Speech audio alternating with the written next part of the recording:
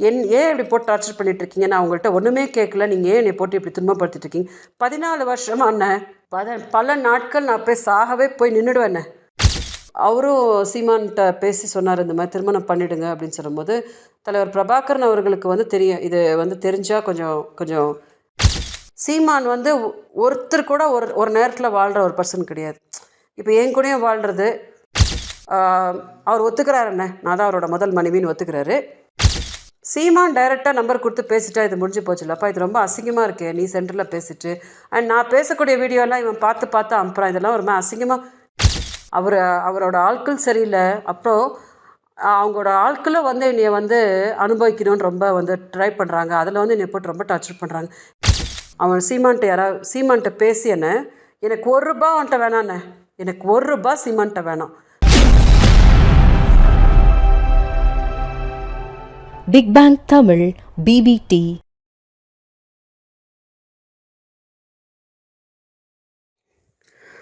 சங்கத்தமிழன் அண்ணன், வணக்கம் அண்ணன்.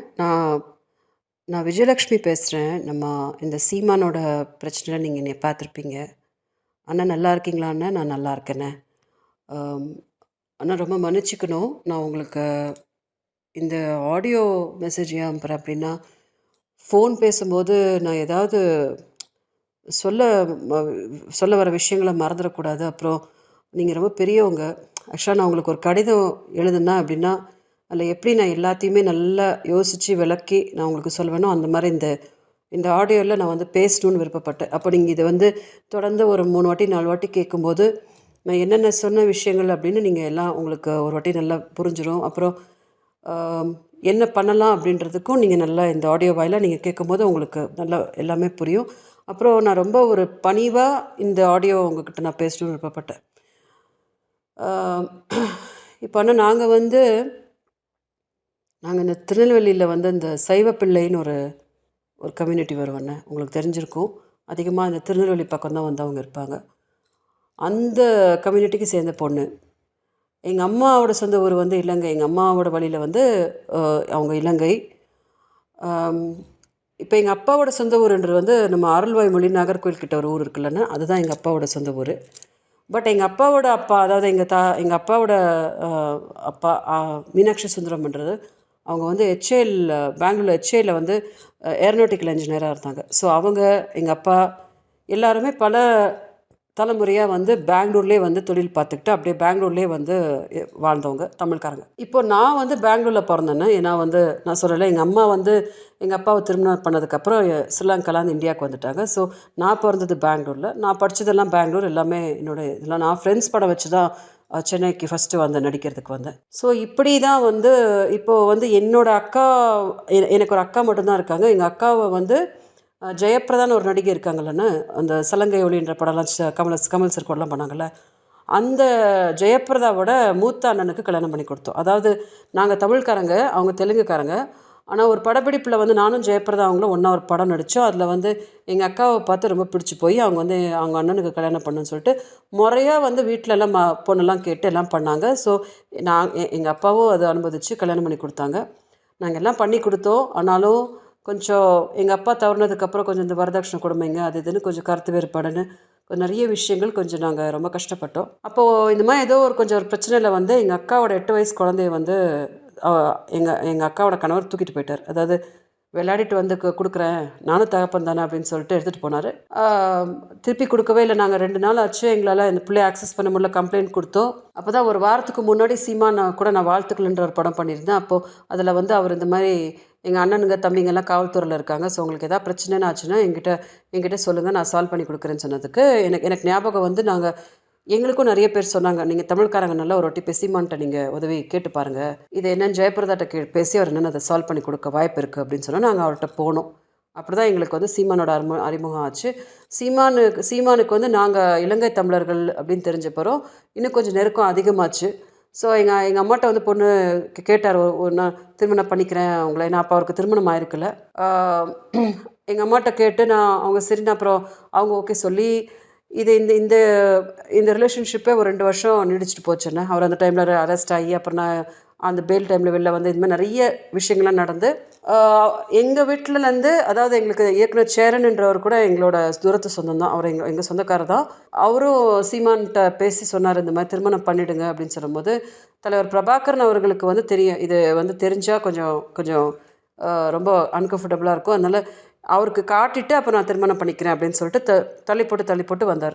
இதுக்கு நடுமத்தில் வந்து தேன்மொழின்ற பொண்ணு கூட அவருக்கு என்கேஜ்மெண்ட் ஆகிருக்கு போல், நிச்சயதார்த்தம் ஆகிருக்கு. அந்த பொண்ணு நேரடியாக என்கிட்ட வந்து இந்த மாதிரி எனக்கு என்கேஜ்மெண்ட் ஆகிருக்கு, அப்போ நீங்கள் வந்து எப்படி நீங்கள் யார் அவங்களுக்குன்னு சொல்லிட்டு அந்த பொண்ணு வச்சு தான் எனக்கு தெரிய வந்துச்சு. அதாவது எப்படின்னா, சீமான் வந்து ஒருத்தர் கூட ஒரு நேரத்தில் வாழ்கிற ஒரு பர்சன் கிடையாது. இப்போ என் கூடயும் வாழ்கிறது, அங்கே ஏதோ ஒரு பொண்ணையும் வந்து எடுத்து போட்டுக்கிறது, எல்லாரையும் வச்சுக்கிட்டு எல்லாருக்கிட்டேருந்து நீ இதை பண்ணு நீ அதை பண்ணுன்ற மாதிரி எல்லாரையும் வந்து அந்த எல்லாரையும் ஹேண்டில் பண்ணல வந்து மாட்டிக்கிட்டார். தேன்மொழி வச்சு மாட்டிக்கிட்டார். அப்போ தான் நான் வந்து கேட்கும்போது அவருக்கு ஃபஸ்ட் டைம் அதிர்ச்சியாகி, அதுக்கப்புறம் கொஞ்சம் எங்களோட ஒரு இது கொஞ்சம் விட்டு போய், அப்புறம் 2011 எனக்கு வந்து ஒரு கொஞ்சம் நேரடியாகவே ஆட்களை வச்சு என்ன மிரட்டல்னா அண்ணன் 2000 வந்து ஃப்ரெண்ட்ஸ் படத்துக்கு வந்ததுலேருந்து நான் 11 வருஷமாக சென்னையில் தான் இருக்கேன். எனக்கு எந்த பிரச்சனையும் ஆனது கிடையாது. ஆனால் இவர்கிட்ட தொடர்பில் வந்ததுக்கப்புறம், இவருக்கு வேண்டான்னு ஆனதுக்கப்புறம் நான் வந்து சென்னையிலே வாழக்கூடாது அப்படின்றது தான் அவரோட கேல்குலேஷன். ஸோ என்னை தூக்கி கர்நாடகான்னு தூக்கி கர்நாடகாவில் வந்து போடுறது தான் அவரோட வேலையாக இருக்குது. இதுதான் நான் வந்து முதல்ல தவிச்சிட்டு இருந்த விஷயம். அப்போ தான் நான் 2011 வந்து அந்த வழக்கு கொடுத்து, நான் இந்த மாதிரி நான் தமிழ்நாட்டிலே வாழணும்னு விருப்பப்படுறேன், இவர் நீ வந்து கர்நாடகா ஓட்டுறாருன்னு சொல்லிட்டு ஃபஸ்ட்டு அந்த ஒரு வழக்கு கொடுத்தேன். இப்போ மார்ச்சில் வந்து இந்த போன வருஷம் மார்ச் 2023 வந்து மதுரை செல்வமன்றவனை வச்சு பேச்சுவார்த்தைக்கு வந்தாருண்ணே. அதாவது மதுரை செல்வமன்றவன் வந்து நாங்கள் 2 பேர் வாழ்ந்துட்டு இருக்கும்போது அவன் எங்கள் வீட்டில் வேலை பார்த்துட்டு இருந்தான். அதனால் அவன் இப்போ நாம் தமிழர் கட்சியில் இருக்கான், அஇஅதிமுகவில் இருந்தால் இப்போ நாம் தமிழர் கட்சிக்கு வந்திருக்கான். ஸோ அவனை வச்சு பேச்சுவார்த்தைக்கு வந்தார். கட்சிக்காரங்களுக்கு யாருக்கும் தெரிய வேண்டாம், கைவிலிக்கு தெரிய வேண்டாம், யாருக்குமே தெரிய வேண்டாம், எனக்கும் செல்வத்துக்கும் சீமானுக்கும் தவிர இந்த டீல் யாருக்குமே தெரிய வேணாம்னு சொல்லிட்டு என்னென்னா இந்த மாதிரி அவர் ஒத்துக்கிறார். நான் தான் அவரோட முதல் மனைவின்னு ஒத்துக்கிறாரு. இந்த மாதிரி நான் என்ன கேட்டேன்னா, எனக்கு வந்து நீங்கள் சென்னையிலே என்னை வாழ விட மாட்டேங்கிறீங்க, நாம் தமிழர் கட்சி ரொம்ப மிரட்டல் கொடுக்குறாங்க, நீங்களும் என்னை வந்து தமிழ்நாட்டுக்குள்ளே கால் வைக்க விட மாட்டேங்கிறீங்க, கர்நாடகாலே போட்டு என்னை வந்து வைக்கிறீங்க, எனக்கு வந்து நான் சென்னையில் வாழணும், எனக்கு வேறு எந்த உதவியும் உங்ககிட்ட இருந்து வேணாம் அப்படின்னு சொன்னால், இல்லை எம்பி எலெக்ஷன் முடிக்கிற வரைக்கும் தமிழ்நாட்டு சூழ்நிலை சரியில்லை, அப்புறம் கைல்வெளியோட குடும்பத்துக்கெல்லாம் வந்து தெரிய வேண்டாம், நான் மாதம் வந்து நான் ஒரு பணம் நான் இவ்வளோன்னு ஒரு தொகை கொடுத்து நான் வந்து பார்த்துக்கிறேன். நான் அதை ஒத்துக்கவே மாட்டேன்ட்டேன். எனக்கு பண உதவியே வேண்டாம், இப்போ உங்களுக்கு உங்கள் பொண்டாட்டிலாம் வந்திருக்கு, எனக்கு நீங்கள் அவங்க முன்னாடிலாம் வந்து என்னமோ நீங்கள் என்னை அவமானப்படுத்தினா எனக்கு அதெல்லாம் வேண்டாம், நான் வாழ்ந்துக்குவேன், நீ சென்னையில் வாழ விடுங்கன்னா, இல்லை தயவு செஞ்சு மாதம் நான் வந்து ஒரு 50,000 கொடுத்துட்றேன், நீ வந்து வீட்டோடு இரு, நீ பெங்களூர்லேயே இரு, ஒன்றும் பண்ண வேண்டாம், அக்காவை பார்த்துக்கேன். எங்கள் அக்காவுக்கு இப்போ பேரலிசிஸ் ஆகிருக்குல்லண்ணே, எங்கள் அம்மா 2 வருஷத்துக்கு முன்னாடி இறந்து போயிட்டாங்க. எனக்கு எங்கள் அக்கா மட்டும் இப்போ அவங்களுக்கு வந்து பேரலிசிஸ் ஆகி அவங்களுக்கு காலெலாம் நடக்க முடியாமல் அவங்க கண் பாரெல்லாம் போய் ரொம்ப மோசமான நிலைமையில் பாவங்க இருக்காங்க. இப்போ அவங்கள பார்த்துட்டு தான் நான் அவங்கள இருக்கேன். ஸோ சரின்னு எங்கள் அக்கா சொன்னாங்க, தயவு செஞ்சு 1000 தான் இருந்தாலும் அவரோட புருஷன் ரொம்ப எதிர்போடாது, ஏதோ அவர் உணர்ந்து வந்திருக்கிறாருன்னா கொஞ்சம் மன்னிச்சு விட்டுட்டு கொஞ்சம் நீ அதை எடுத்துகிட்டு போ சைலண்ட்டாக அப்படின்னாங்க. சரின்னு சொல்லிட்டு நானும் பேங்க் அக்கௌண்ட் இது கொடுத்துட்டு சரி போட்டுக்கோங்கன்னு சொல்லிட்டு நான் சும்மா ஆகிட்டேன். அப்புறம் போட்டோன்னே ஃபார்மேட் எப்படி ஸ்டார்ட் ஆச்சு, நான் இந்த மாதிரி அவர் சீமான் வந்து என்கிட்ட டைரக்ட் நம்பர் கொடுக்கல, சீமானோட டைரக்ட் நம்பர் எனக்கு கொடுக்கல, சீமான் டைரெக்டாக என்கிட்ட பேச மாட்டாராம், ஏன்னா அவரோட ஃபோன்லாம் டேப் ஆகுதுன்னு சொல்லிட்டு.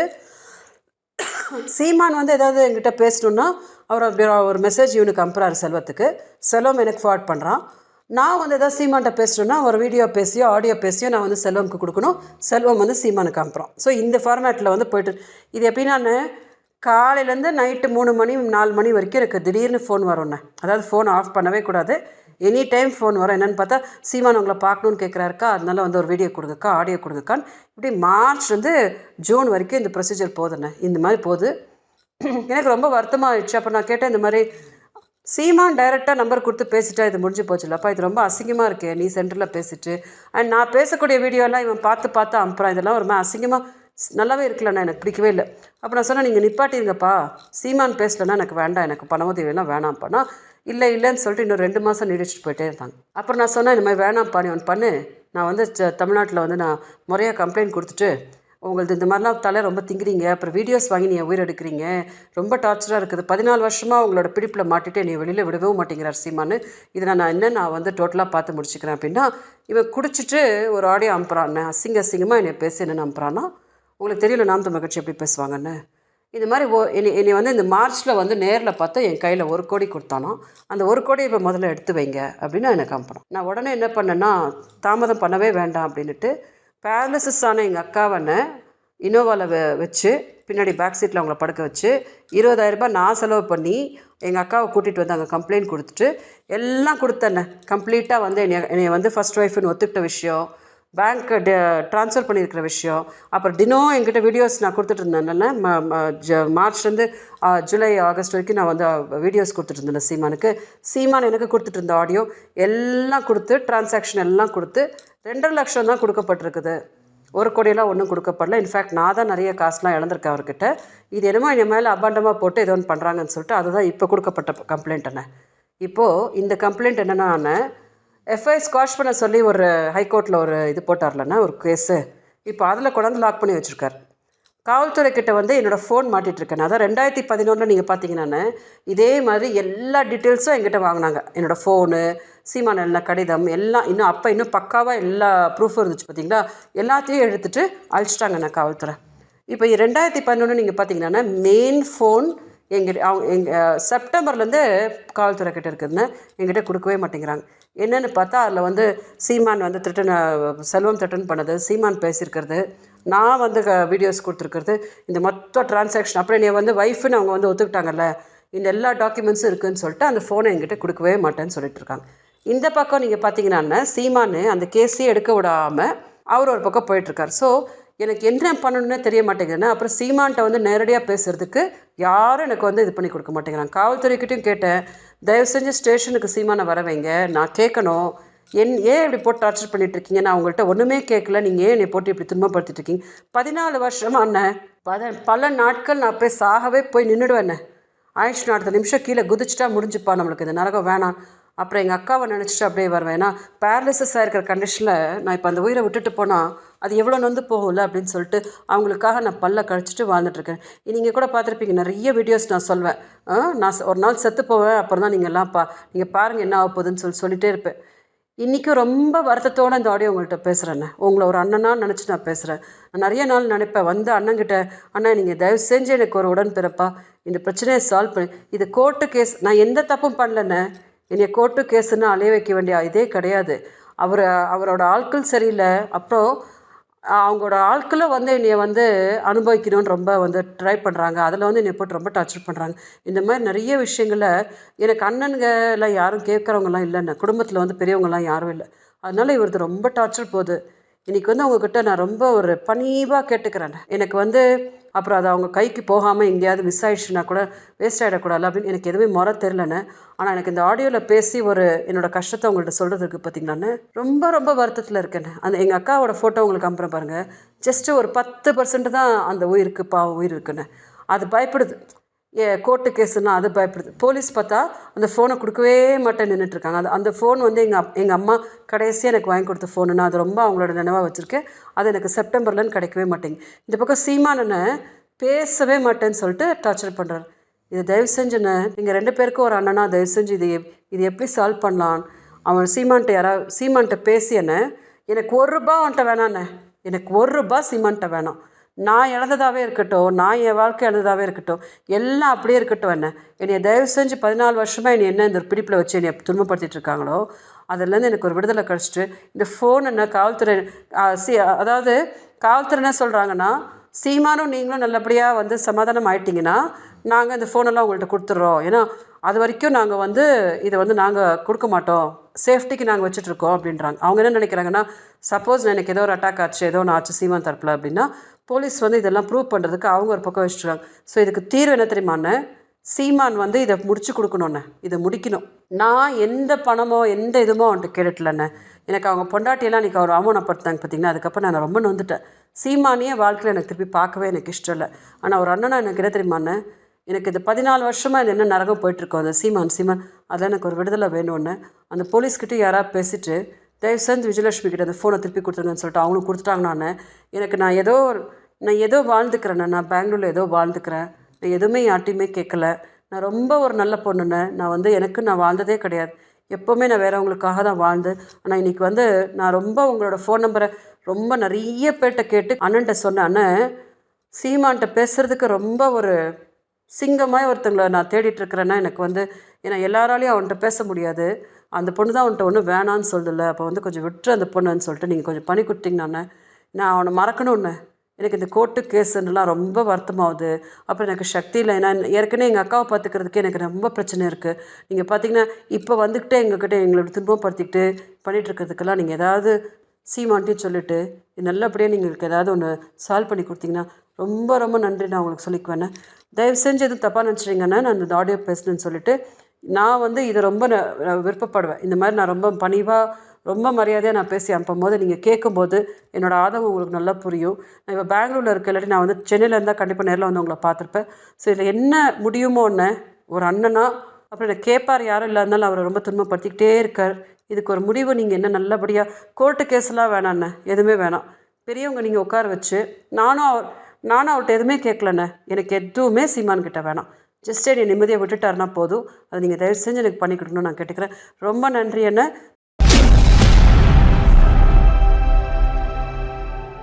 Big bang Tamil BBT